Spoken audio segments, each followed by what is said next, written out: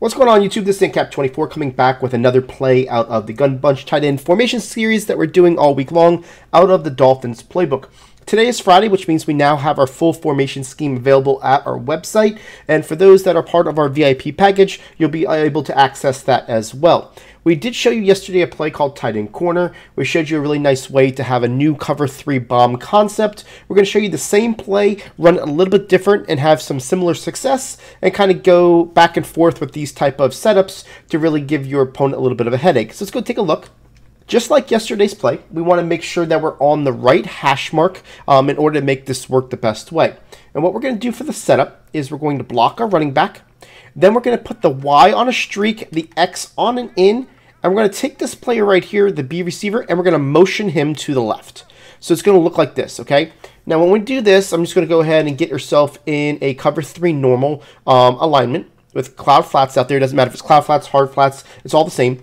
And what you're going to see here is that you're going to have the X underneath, but the player that you're really looking for is this B up the field in that little spot that's created for the ability to get a one-play score. Let me show you basically what ends up happening against cover 3 in replay so you can see how this works.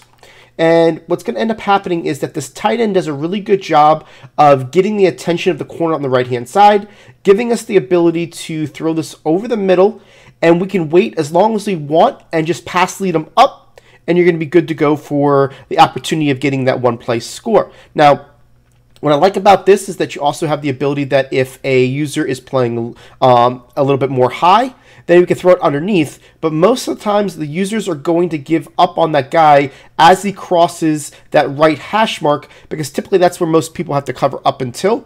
But if they continue all the way, you know, basically he continues all the way down there, so you can out throw the user up the field for the easy success and yardage on the play. So let's go ahead and look at it again.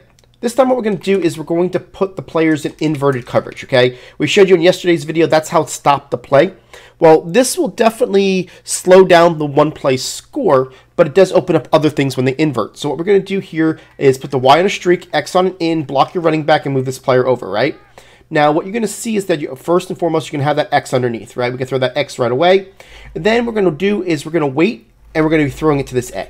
Okay, you still have the opportunity of throwing it to the middle receiver, but what you're going to see is that you're going to definitely just have more of an option to the outside. So what I'm doing is I'm looking to the right, and what I'm seeing is the player going to be open?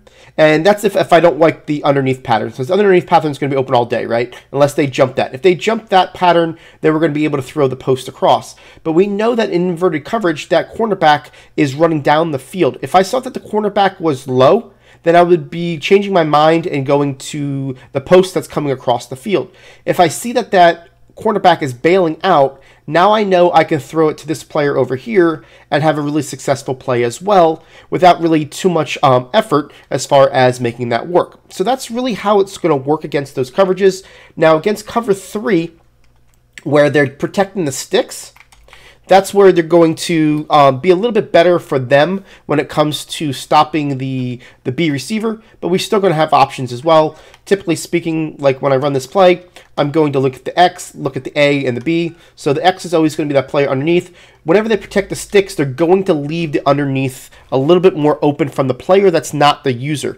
You'll see that on protect the sticks, those guys that are underneath coverage, those two hook curls are going to go to that 50-yard line because they're protecting that 10-yard mark or wherever the first down may be. So if you run this on a first down, then you're going to know that you're going to be able to back those guys up and be able to get that easy catch. So again, see how those guys go to 10 yards, throw it underneath, and get yourself, you know, that 5 or 6 yards to start off your series with in order to make sure that you've got the favorable down and distance.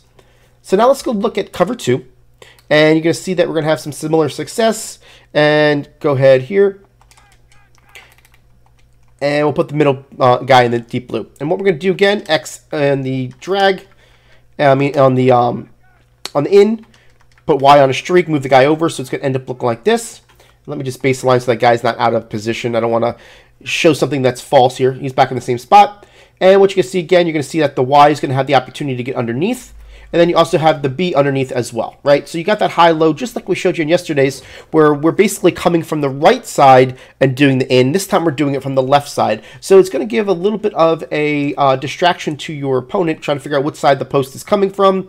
You know, this does give it a little bit away with the motion, but in our guide, we're going to have different plays with this motion, so it's not going to be something that is going to, you know, scream this play every single time. We like to scheme with things, so when we do that motion, the next time we're going to be doing something different with it, and whatever the case might be, so that way they're not always sitting on that route when you see that motion. So that's really how this works against your cover 3s, your cover 2s.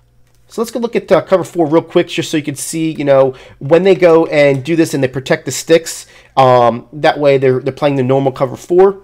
You're going to see that you're going to have that success the same way that we were doing before. The X always gets open underneath, and you know the B follows, so they have to pick which player they want to throw it to, or guard, and you're going to be able to throw it to the other guy. So you're going to see that this play is a really nice complement to the one that we showed you yesterday. We have several different setups to also complement this with the same play, and you can definitely pick that up at either smartmadden.com or vip.smartmadden.com if you're interested in the VIP package. We appreciate you all, guys, and we'll catch you guys on the next video. I want to say thank you for everybody that has watched this video all the way to the end. We do appreciate your support. If you got something useful out of this video, go ahead and hit that like button. It does really help us grow our channel. If you're new to our channel and haven't seen one of the videos that are on your screen right now, go ahead and check it out for some great Madden content, and don't forget to hit that subscribe button.